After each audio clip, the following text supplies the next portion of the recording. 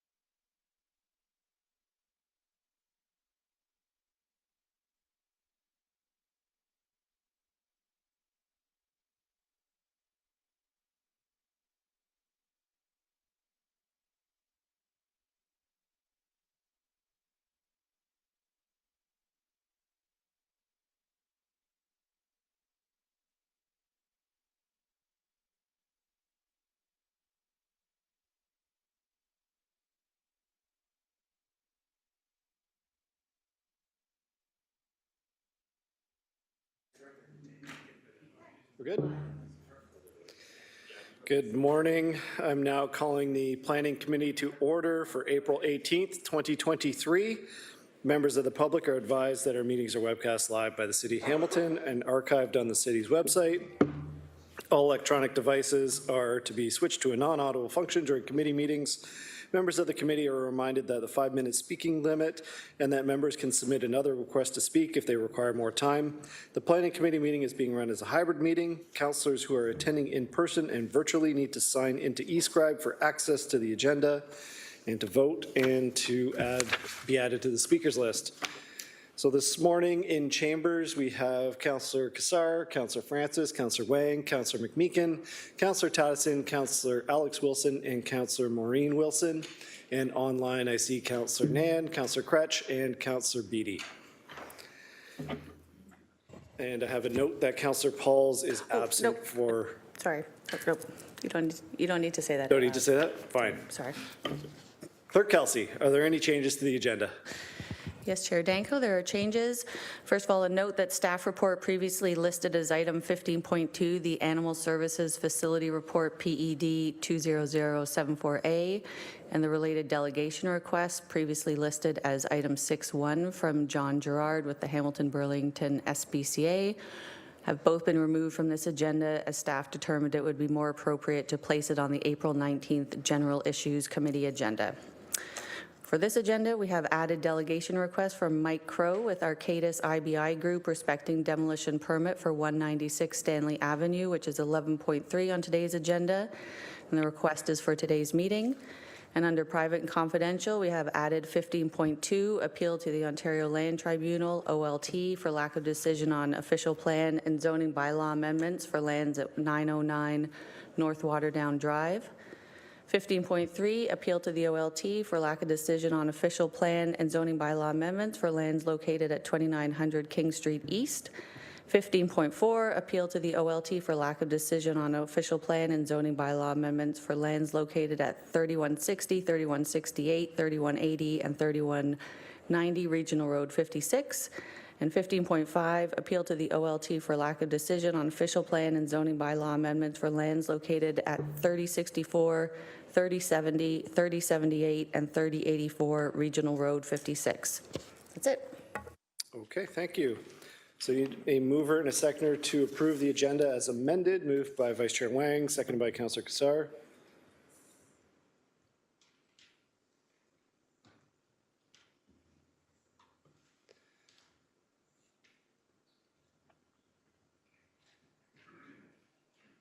Councillor McMeekin is a yes.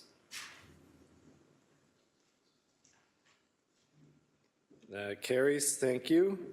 Are there any declarations of interest today? Not seeing any.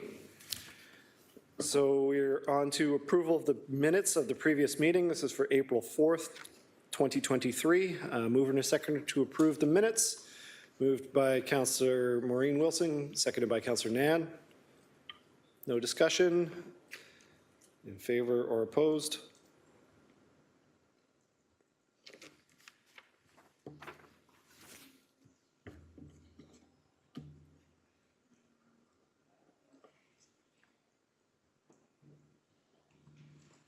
That's unanimous. Thank you.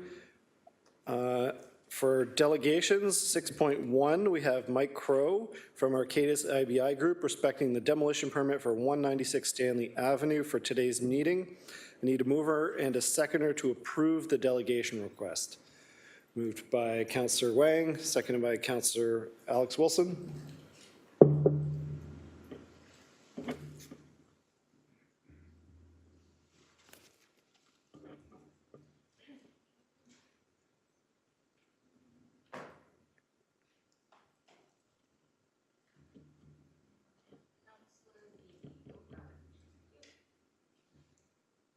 That's unanimous.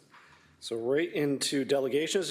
Just a reminder that public delegations have 5 minutes to address the committee. Committee members are reminded that questions of the delegates are for clarification purposes only and not for debate. So on item 7.1 is Mike Crow from Arcadis IBI Group, again respecting demolition permit for 196 Stanley Avenue. So Mike.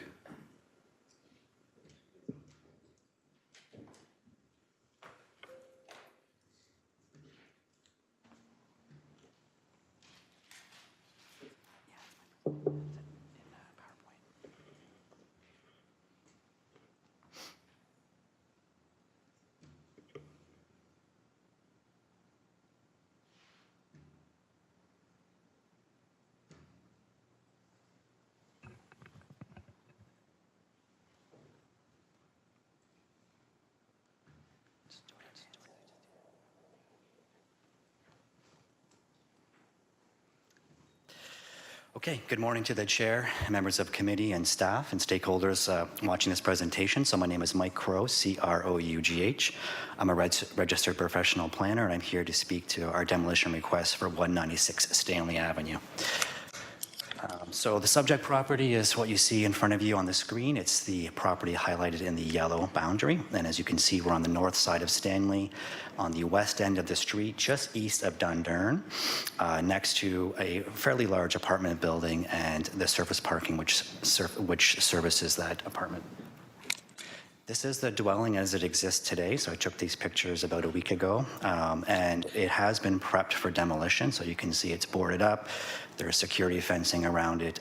There's even some tree protection fencing up. So the owner had progressed through a good chunk of the demolition clearance process and really has got to the stage where now we're here requesting for the approval today. This is just a view of the streetscape. So we're looking now to the east, and you can see some adjacent dwellings on the east of the property along Stanley Avenue. And then this is just looking to the west again. So you can see where this property really occupies the end of the street next to that surface parking lot. And there's a gap in the streetscape already. And then you can see the larger apartment building on the left-hand side. So we have read the staff report and we've read the conditions, and we're coming here with, I guess, a modified approach. So we're comfortable accepting certain conditions with slight modifications. And the reason we're doing this is we are really prepared to put some structure on this demolition request. We're not looking to, get out of a certain process or to have any concerns about would there be proceeding to the next step. So really what we're looking at is we're more than comfortable to have a agreement registered on title, which would have a condition placed on it that if a dwelling is not commenced within 2 years, then the standard requirement of a $20,000 tax charge registered as a lien would be more than acceptable. And really the owner of the property is very eager to proceed with a development proposal. We've been through some previous planning approvals. And so really we're just trying to order operations things, and we're comfortable then with this approach because then it still gives some control to the city that work will proceed, but we're just looking for a little modification. The one condition we would request not be imposed is the one that requires the building permit be applied for right now, because the owner just isn't ready to do that yet. I'll just get into a little bit more detail in my next few slides, but they're going through a consent agreement process as a result of a land division application approval, and that a consent agreement requires some engineering drawings to be prepared and approved by staff. And so until that process advances, they're not comfortable finalizing permit drawings and making a permit application. So you can see we're trying to do things in a coordinated fashion, and we're just kind of bumping up against certain procedural elements. We did put in here in this slide, just for committee's consideration, that if there is not the ability or the desire to modify the standard conditions, we would of course accept no conditions or just straight demolition, but we're trying to find a common ground that might allow for things to proceed without any structure around it. I mentioned the development proposal, so this is just for committee's information, just to show the intent of the owner. So we had gone to committee of adjustment, and with the support of staff, got approval for the land division and a couple of minor variances for a semi-detached dwelling. So this is the reason why the owners wish to demolish the existing dwelling, is to proceed with this new development proposal. Semi-detached dwelling with a internal secondary dwelling unit in each side, plus external secondary dwelling units. So a total of 6 dwelling units on this lot. This is their vision. They have some of the approvals in place, and they're looking to get this going as soon as possible. But obviously the existing dwelling has to be demolished for this to come to fruition. So just to sum up some of our requests and justification for this request, the dwelling is currently vacant. It's experiencing frequent break-ins. There's vandalism. There's been some drug use on the property.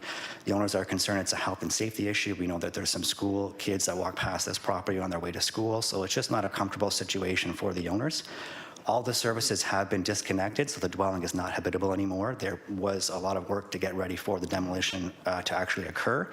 So it's not as if they can just get a tenant into that building tomorrow. It's just not habitable. We are trying through the consent agreement process to work on getting that process finalized so that the owner can proceed with the building permits for those new dwellings I showed you. They're just not ready yet to make that initial building permit application.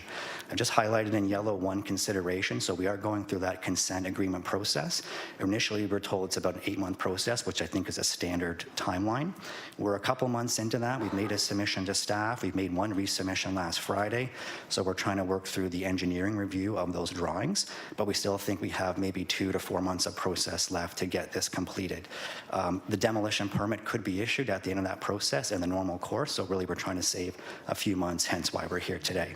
And as I mentioned, in terms of streetscape impacts, we don't think there really is any. I don't think there's any concern with impacts of the street. That's my presentation, so I'd be happy to answer any questions if you have any. Thank you, Mr. Crow. Are there any questions from committee? Not. Councillor Wilson? Good morning, Delegate Crow. So just in summary, you're saying that you cannot meet, you're willing to have it registered on title, and if you don't meet the objectives of building in 2 years, there'll be a $20,000, but you're stating that you receive more time working on the engineering drawings, and that is going to take another 2 to 4 months outside of the typical window, and therefore you're not ready to demolish now. I just want to make sure I understand what is your definition of the problem. Through the chair.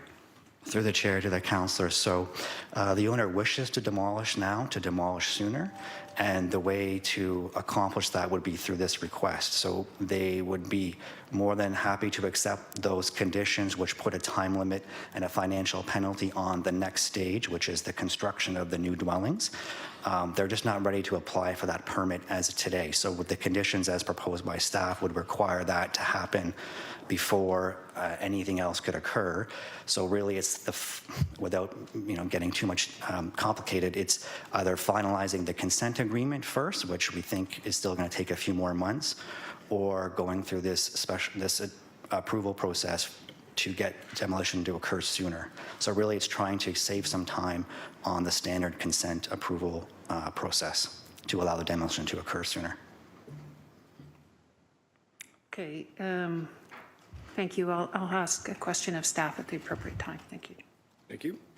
Councillor Taddison? Just a question to the delegate. Once you start the demolition process, how long does that take before construction is ready to start?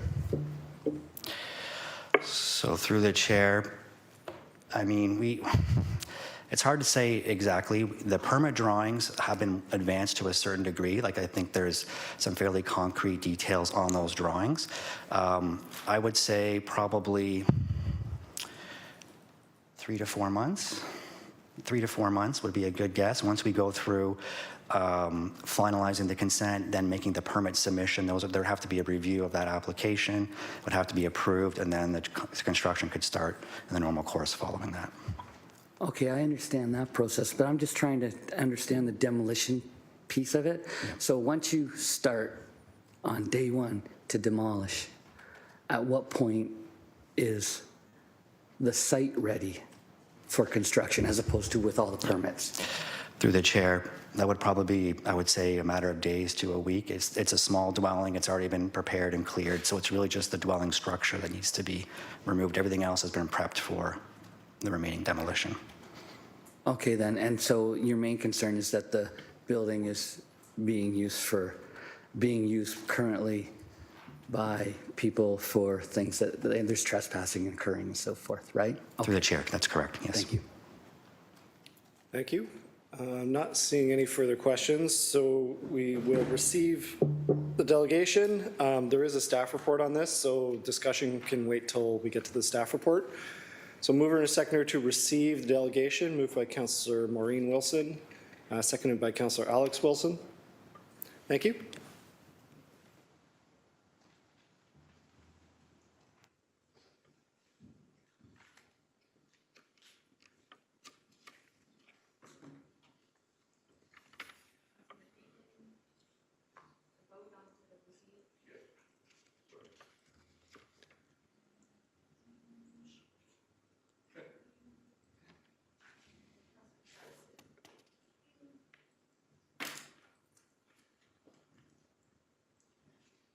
That is unanimous, thank you. Item 11, our discussion items, 11.1, amendments to the site alteration bylaw 19-286. I need a mover and a seconder to put this on the floor. Moved by Councillor Wang, seconded by Councillor Tattison.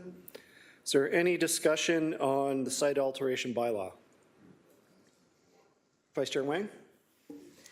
Thank you, Chair. I wonder if we can just get like a super fast overview as to what are the amendments in this bylaw, like super fast. Certainly. So through the chair, I'll introduce Carlo Amendolia, who is our expert super fast deliverer of presentations. Good morning, Carlo. Good morning. Through the chair, I'll try to be brief. So the idea is to advance the city shovel-ready initiatives, which is land that is currently vacant. Services are readily available.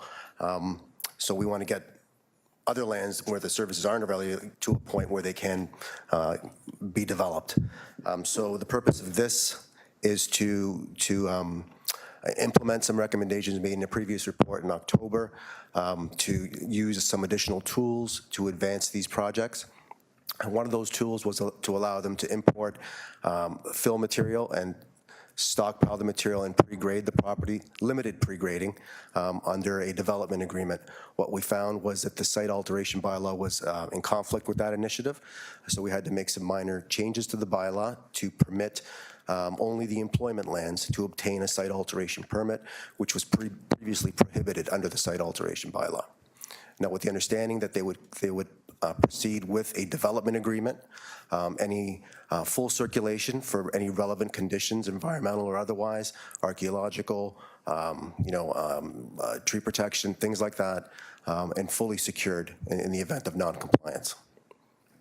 Thank you. Councillor, is that sufficient? Yes, thank you. Excellent, thank you. Is there any further discussion on this item? Councillor Kassar, sorry. Thank you. Yes, I did have a few questions just to dig into what was just shared. I wonder if you could please, through the chair, just elaborate on the city's shovel-ready initiative, just for public consumption, please. Through the chair, to Councillor Kassar, yes. So the city's shovel-ready initiative, again, are currently vacant lands that are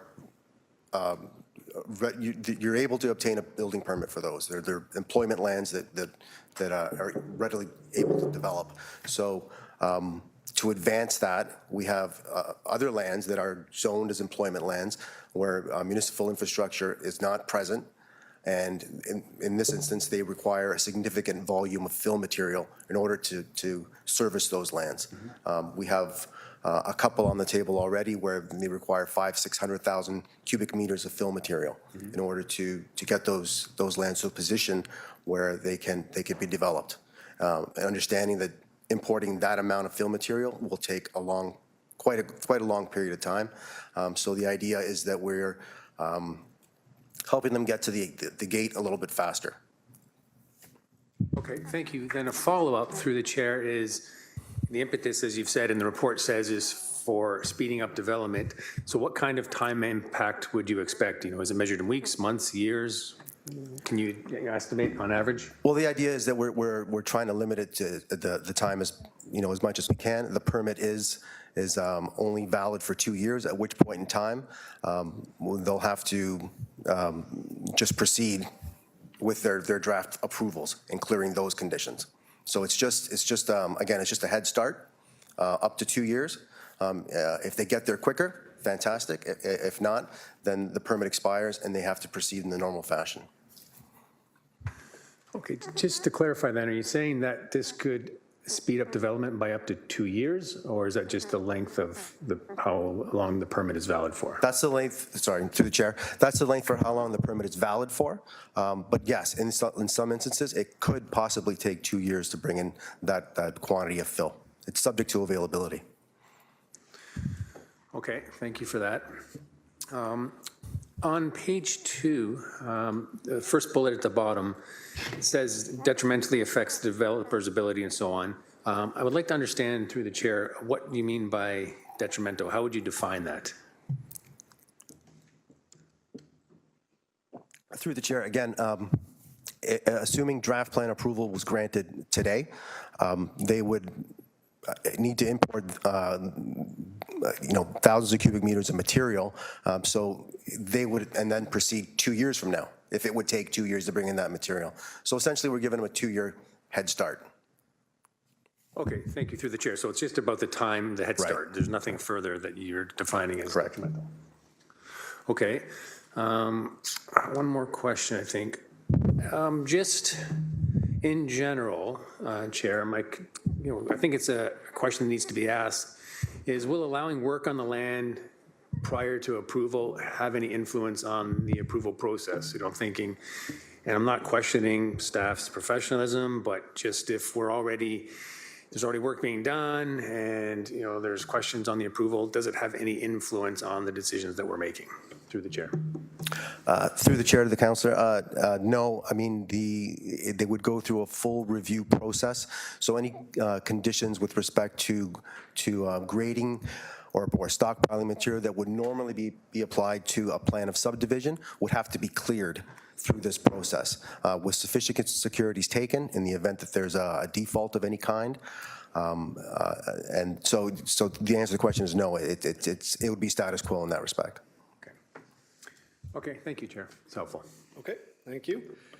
Seeing no further requests for discussion, I think I had a mover and a seconder.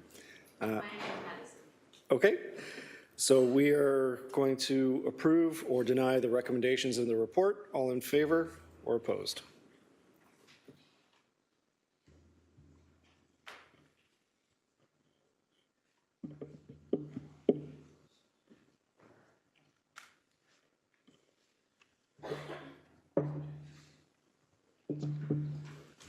Carries unanimously, thank you.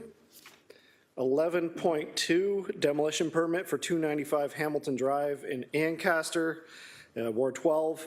I need a mover and a seconder to approve the recommendations in the report. Moved by Councillor Cassar, seconded by Councillor Francis. Thank you. Is there any discussion on 11.2? Councillor Cassar? Thank you, Chair.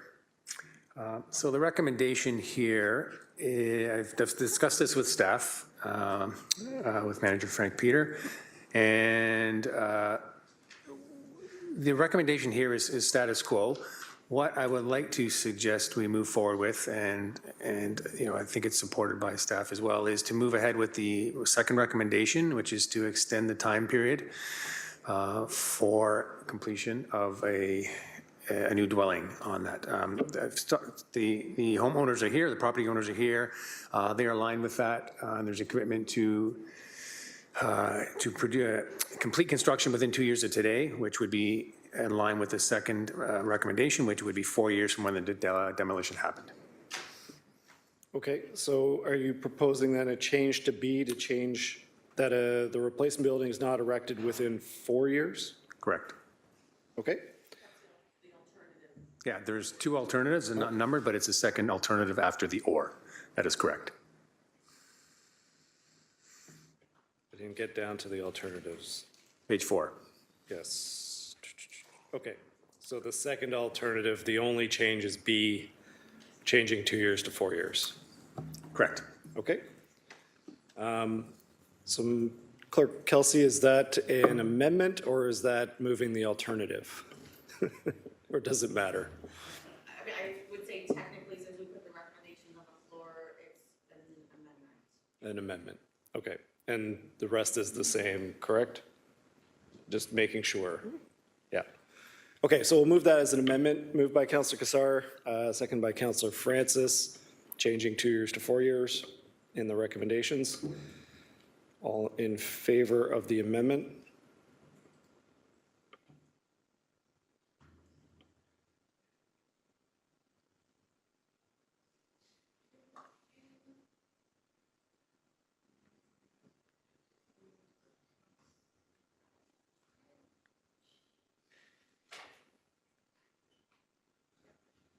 That is unanimous, thank you. And then the staff direction as amended. Moved by, say, mover and seconder.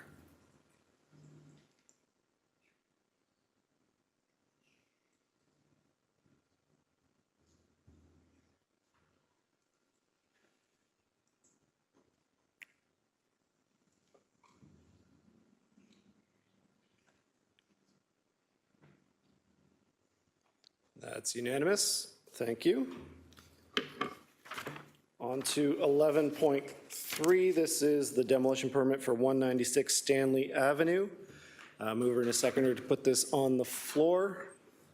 Moved by Councillor Maureen Wilson, seconded by Councillor Alex Wilson. Any discussion on this? Councillor Wilson?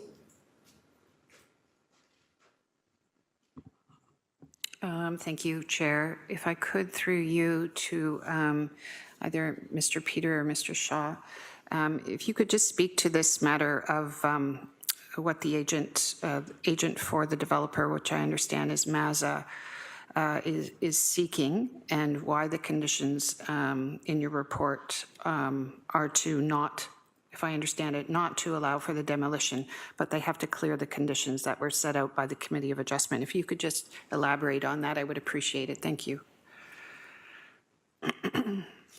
And Chair, I do apologize. My laptop has just died, so I'm having to do a lot of this and paper copies. Okay, no problem.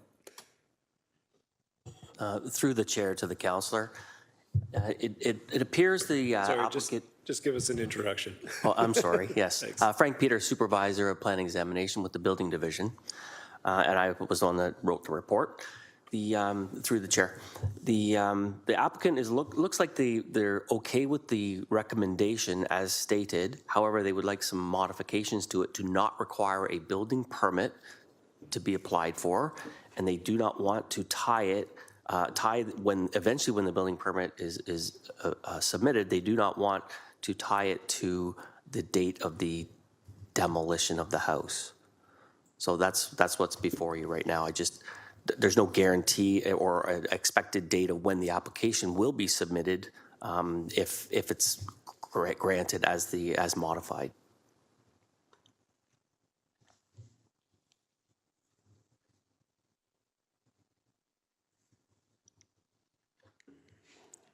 Thank you, Mr. Peter. And just for my colleagues, we have not received any incoming correspondence noting problems with the building at present, and it is closed. The proposal is to allow for 2 semis at the front and 2 SDUs at the back. And it is my wish to retain the staff recommendation as it is, because of my commitment to get going with infill, which is fairly needed quite a bit. And if there is a risk posed to children, most immediately it is as a consequence of Dundurn and Stanley, not this house. Thank you. Okay, thank you. Any further discussion on this report or staff recommendation? Not seeing any, so that was moved by Councillor Maureen Wilson, seconded by Councillor Alex Wilson. The recommendations in the report as recommended by staff with no changes. All in favor or opposed?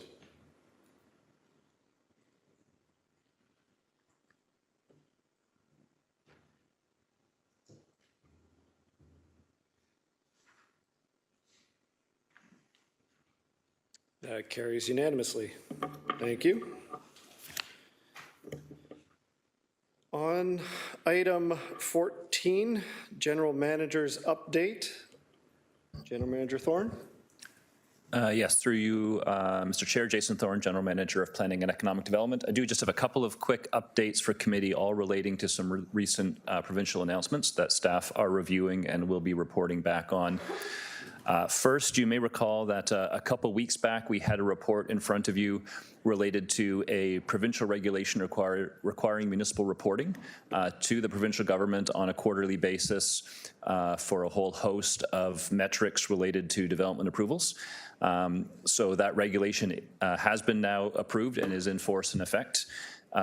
The first reporting deadline is going to be June the 30th.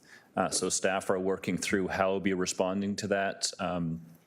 Have not yet finished going through the complete regulation. It looks to me like it is largely unchanged from what was proposed. And I just would, so we will provide a further update to council and committee in terms of how we'll be responding to that regulation. I do expect that over the next couple of months, it will require us to reprioritize a bit of our internal work and potentially delay some of the items that we were working on in order to be able to respond to that initial June 30th reporting date. So that's one item. The second item is committee may have seen a new provincial bill 97 that was released. There's a number of planning related implications of that bill. It's out for a 30-day consultation period. Couple of notable items. The Bill 109 requirements for fee refunds. Committee recall that those were originally designed to kick in on January 1st. We received sort of informal confirmation from the province that that would be extended to July, but the Bill 97 would actually formalize that extension so that those fee refunds would not be due until after July. Notwithstanding that, as we've mentioned to committee a couple of times, as staff, we are implementing those processes now anyways. We started doing that as of January the 1st. There are also some proposed changes in terms of some areas that may be open to site plan control that were previously removed in Bill 23. It's fairly limited, but it speaks to some properties that are adjacent to rail lines and shorelines. And then I would say probably most notably is some further extensions to the authority of minister zoning orders to have them potentially be exempt from some of the downstream approvals that would otherwise be applicable. So that's the second item, that's Bill 97. And thirdly, out for a 60-day comment period is changes to the provincial policy statement, which includes the repeal of the provincial growth plan. So staff are reviewing those changes as well, and will be reporting back with comments to Planning Committee. Thank you very much. Thank you, General Manager. More significant changes. I thought you were going to say the deadline was going to be Monday. Notwithstanding, it's still a significant amount of work to do in a month. Any questions? Councillor Alex Wilson. Through you, Chair, when was the last provincial growth plan that's now being appealed amended? Through the chair, I believe the most recent update amendment to the growth plan would have been in 2019. The original adoption date, I think, was 2006. And again, the short deadline here of changes presented as staff planning pressure, just government's changing the plan they themselves made. And I think this is something just I heard from you, and I think you've spoken to several times, the work pressure. I don't know if you can comment on if we have other expected things, or just in a more systemic way, we keep seeing these changes kind of come out from behind us or above us, if you will. And is that still an ongoing pressure on staff time, and what's kind of on the horizon with that pressure? So through the chair, I would say yes, it's a significant time pressure. It's one of the reasons why I wanted to note the municipal reporting regulation. That's going to take us, as I said, doing a bit of reprioritization of some of the work that we are doing. In terms of commenting on fairly significant changes to the provincial policy statement and growth plan, that ties up some of the same staff who are trying to implement some of the changes that were previously done, including the work that we've talked about around secondary planning in our new urban growth areas. So yes, each time these changes come along, they do, they do take up a significant amount of staff resources for sure. I don't know if more changes are coming after these. We continue to hear things that there may be additional Planning Act changes coming later in the year. But for now, these are the three that are that we're focused on.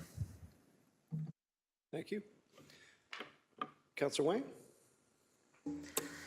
May I ask through you, Chair, to General Manager Thorne, if there's an opportunity to see this in writing? So could you just give us like a quick little email communique? Because I worry that it goes in one ear and it kind of goes out the other, and then it doesn't kick around long enough in my brain.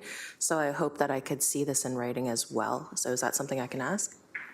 Through the chair, yes, I'm happy to kind of send that out just in terms of those three initiatives. As I said, we'll be doing further reports on them. I just thought, given that they were very recently announced, we obviously don't have the reports for you yet. I'd give you the heads up that you can look forward to that coming soon to a future planning committee. Perfect. Thank you. Thank you, Councillor. Councillor Taddison. Just to General Manager Thorne, in regards to reprioritizing, can you just, and I think you might have said it just recently, but can you just go over for me, what is it that you're doing now that's going to be put back because of these priorities? So through the chair, with respect to the first item, which is the municipal reporting, we had been doing some work around our own internal data reporting dashboards. There's some work we would like to do around some of the public notice that we provide in terms of the planning applications. So those are the kinds of things that I think are going to have to be delayed a little bit while we recalibrate our processes to figure out how we're going to do this quarterly reporting to the province. And much of that relates to, the goal is we don't want to have to be doing this manually every quarter, so we would like to try to do some automation, and so it's going to require certainly some front-end time. I don't know yet if it will have a staffing implication. I suspect it will, that we may need to bring in a bit of contract staffing support to get this work done, at least at the front end. So that would be one example. With respect to the provincial policy statement and growth plan, this primarily affects the team within the planning division that does a lot of our long-range growth planning work. Like I said, it's the work that we have to do around the secondary planning. We will continue to advance that work, but now we have this clock ticking on a 60-day comment period that we do think it is important to get back to the province our comments on those changes. So I expect that we'll have an implication on that work as well. Thank you. Okay, not seeing any further discussion. So thank you, General Manager Thorne. I need a mover and a seconder to receive the update. Moved by Vice Chair Wang, seconded by Councillor McMeekin. All in favor or opposed? I'm opposed, but it's not going to matter.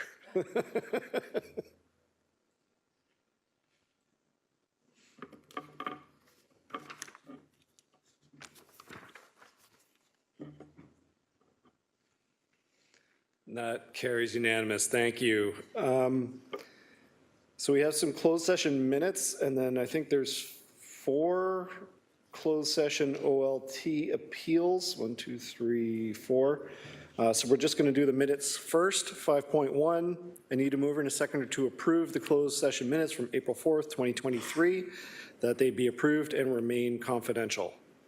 Moved by Vice Chair Wang, seconded by Councillor Alex Wilson.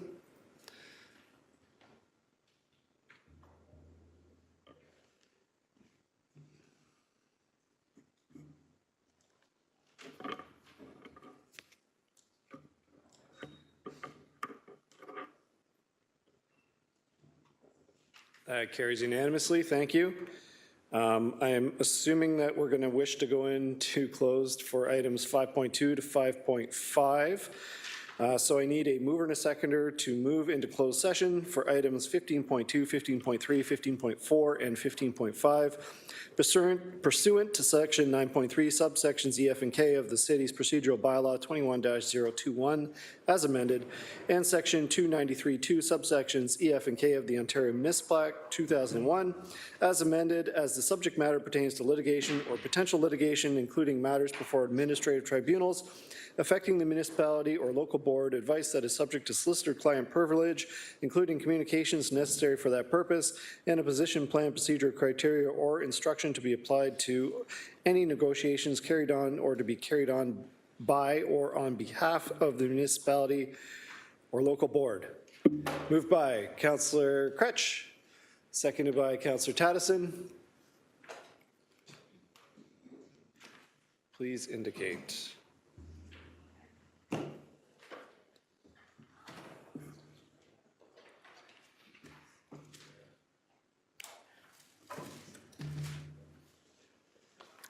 That carries. Thank you. So members of the public, the meeting will continue following the closed session portion of the meeting. When you see members of the committee rejoin, the committee will wait up to 5 minutes upon reconvening in open session before proceeding with the meeting to provide members of the public and the media time to return. Members of the public, the meeting will continue. I think I just said that. That's okay. So we are now moving into closed.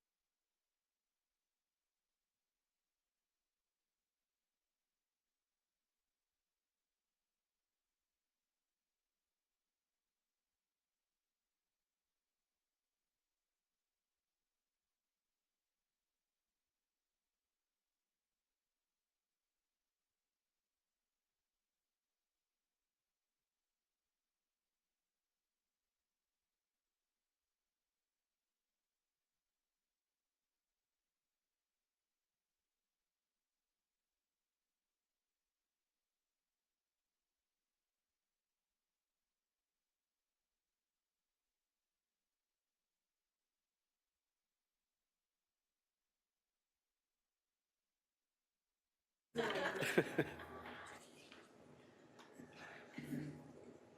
one of the things I do Monday night to give me a little joy over how the meetings go. So what's going on with Beatty?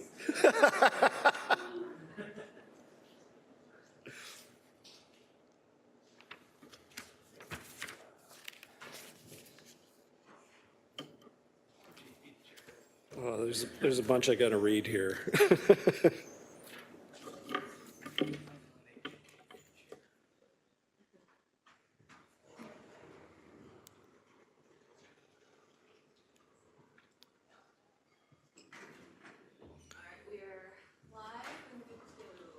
Just a reminder to move back into the open portion of eScribe.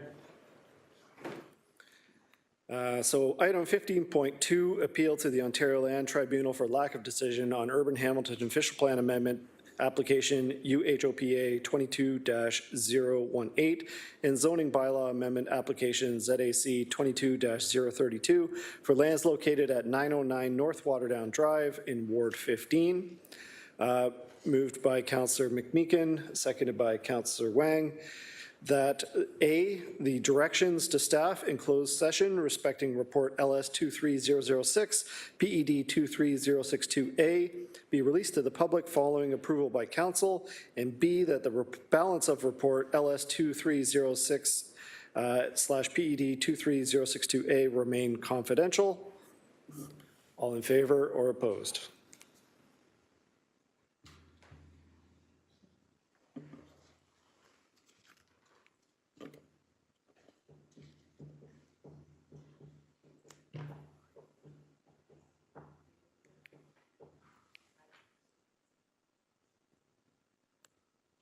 That carries unanimously.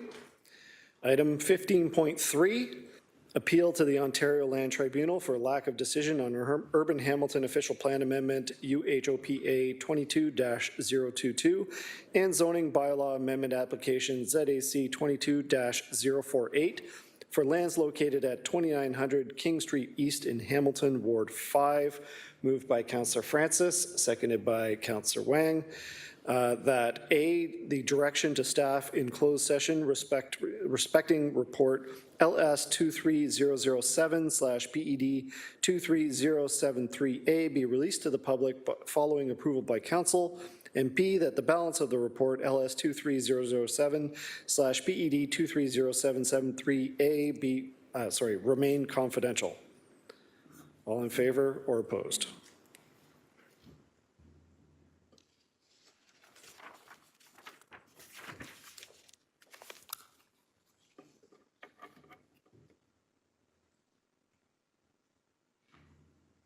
That carries unanimously. Thank you.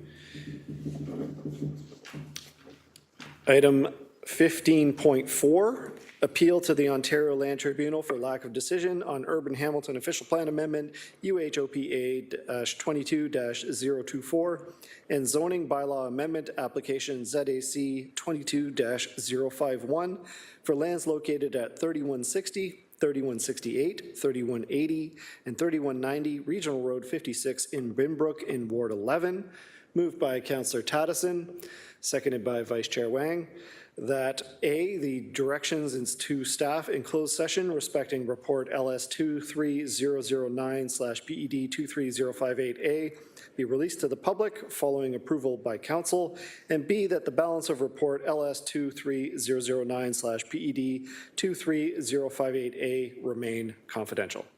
All in favor or opposed?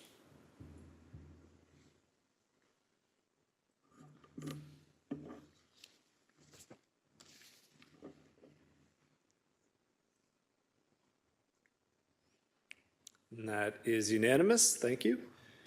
Item 15.5, appeal to the Ontario Land Tribunal for lack of decision on Urban Hamilton Official Plan Amendment UHOPA-22-023 and zoning bylaw amendment application ZAC 22-050 for lands located at 3064, 3070, 3078, and 3084 Regional Road 56 in Binbrook, moved by Councillor Tattison, seconded by Vice Chair Wang.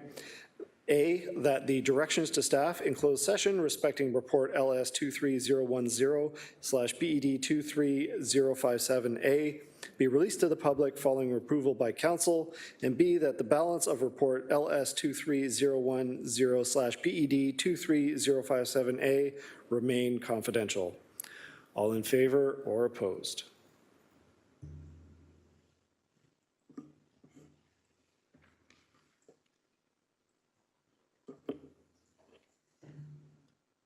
That is unanimous. Thank you.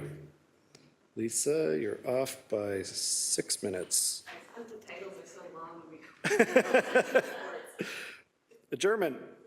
Moved by Councillor Francis, seconded by Councillor Taddison. All in favor or opposed?